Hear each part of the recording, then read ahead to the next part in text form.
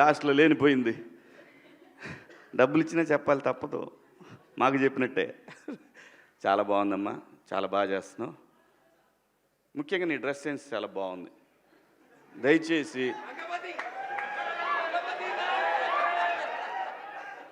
ఇంకో విషయం చెబుతున్నా, అమ్మాయిలు హీరోయిన్లు ఏ బట్టలు పెడితే వేసుకొని పోతే మనమే దరిద్రం అనుభవించాల్సి వస్తమ్మా.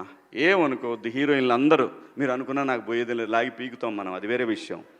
కానీ మీ అందం చీరలోనో, మీ అందం నిండుగా కప్పుకునే బట్టల్లోనే ఉంటుంది తప్పితే సామాను కనపడే దాంట్లో ఏముండదమ్మా.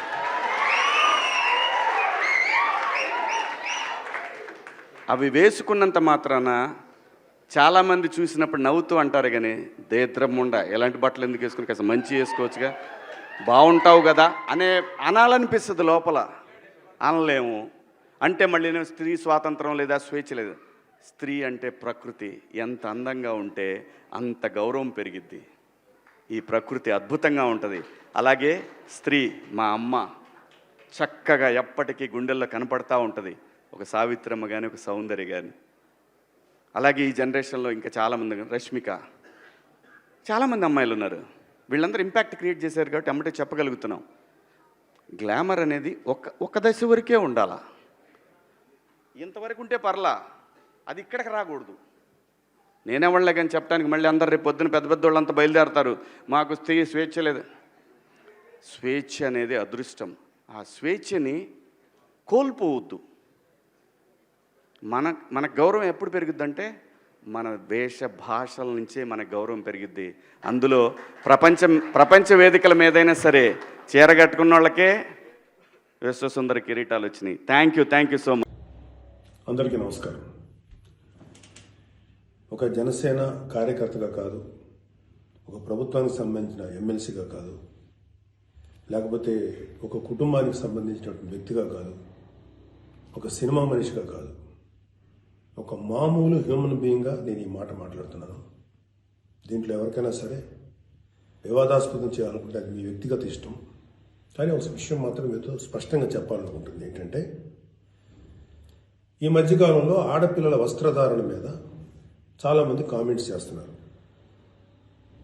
ఓపెన్గా మాట్లాడాలంటే ఈ మధ్యకాలంలో శివాజీ మాట్లాడాడు. Shivaji is not my target. ఒకవేళ అతను ఎవరన్నా సరే శివాజీ నా టార్గెట్ అనుకుంటే అది మీ ఇష్టం. కానీ ఒక టైప్ ఆఫ్ మన సమాజంలో ఒక రకమైన రుగ్మత వెళుతుంది. అదేంటంటే moral policing. It's called moral policing.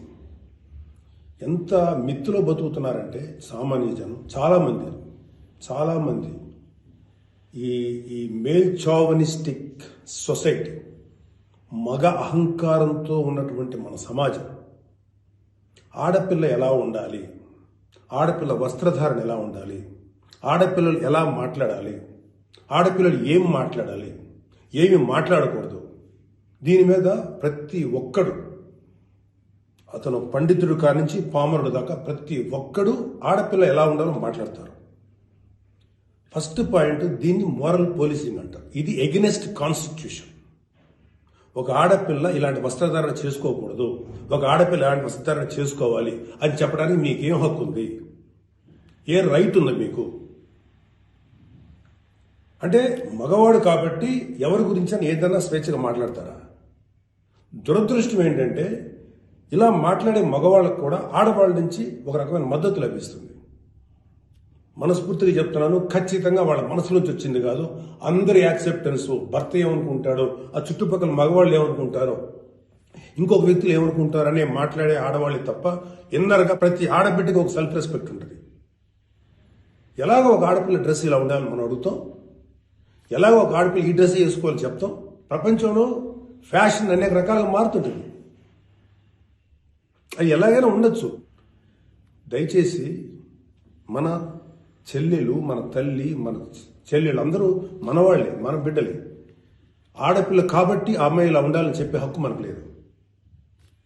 నేను ఇవాళ మీ అందరి ముందు ఒకప్పుడు నేను కూడా అలాంటి ఇన్ఫ్లుయెన్స్లో ఉండి తర్వాత రియలైజ్ తప్పు కదా, నాకేం హక్కు ఉంది, ఒక ఆడబిడ్డ ఇలా ఉండాలి అని చెప్పే హక్కు నాకేముందని చెప్పి నేను మార్చుకొని నేను అటువైపు వెళ్తే నాకు ఇంకొక రకమైన ప్రపంచం కనపడింది. అరే వాళ్ళు ఏం తప్పు చేశారయ్యా, వాళ్ళు ఏం తప్పులు చేశారని చెప్పి వాళ్ళని అడ్డగోలుగా మీద పడిపోతున్నావు. ఇలాంటి డ్రెస్ వేసుకోవాలి, వేసుకోకపోతే చాలా వాళ్ళని ఒక తప్పుడు క్యారెక్టర్గా ఎలా ట్రీట్ చేస్తారు. సరే, ఒక విషయం చెప్తున్నాను. ప్రపంచవ్యాప్తంగా ఉన్న విషయం ఏంటంటే ఆడపిల్లల మీద జరిగేటువంటి అట్రాసిటీస్ వాళ్ళు వేసుకున్న వస్త్రధారణ మీద కాదు, మగవాడి యొక్క క్రూరత్వం, మగవాడి యొక్క బలం, పశుబలం, వీటి మీద దీనికి తగ్గట్టుగా వాడి పశుబలానికి వాడి క్రూరత్వానికి తగ్గట్టుగా ఆడపిల్లలు బలైపోతారు తప్ప ఏ ఆడపిల్ల కూడా వస్త్రధారణ మీద అవ్వలేదు. ఇది మిత్. మీరు కావాలంటే ఏ ఛానల్లను చూడండి, ఏ యూట్యూబ్లను కొట్టండి, లేకపోతే ఏ గూగుల్లోనే వెతకండి, చరిత్ర చూసుకోండి. ప్రతివాడు స్టేజ్ ఎక్కేసి ఆడపిల్ల ఇలా ఉండాలి అలా ఉండాలి, మీరు ఎప్పుడు చెప్పడానికి ఆడపిల్ల ఇలా ఉండాలని బతకనేయండి. ఏ మగవాడితో సమానంగా బతికే హక్కు లేదా ఆడపిల్లలకి? ఏ వాళ్ళకి నచ్చిన డ్రెస్ వేసుకునే హక్కు లేదా? సెక్యూరిటీ అనేది ప్రతి ఒక్కరి హక్కు, ప్రతి ఒక్కరి ఇవ్వదు, ఆడ కానీ మగ కానీ. అయితే ఎస్పెషల్లీ ఆడపిల్లలు రక్షించాల్సినటువంటి వ్యవస్థలు, ఆడపిల్లలు రక్షించాల్సినటువంటి పరిస్థితులు లేవు. అంటే మోస్ట్ ఇన్సెక్యూర్ ప్రపంచంలోనే ఇంకా మనం ఉన్నాం. నా యొక్క కన్సర్న్ ఏంటంటే మీరు ఎలాగైనా ఉండండమ్మా, ఎంత స్వేచ్ఛగానే ఉండండి, ఎలాంటి వస్త్రధారణను చేసుకోండి.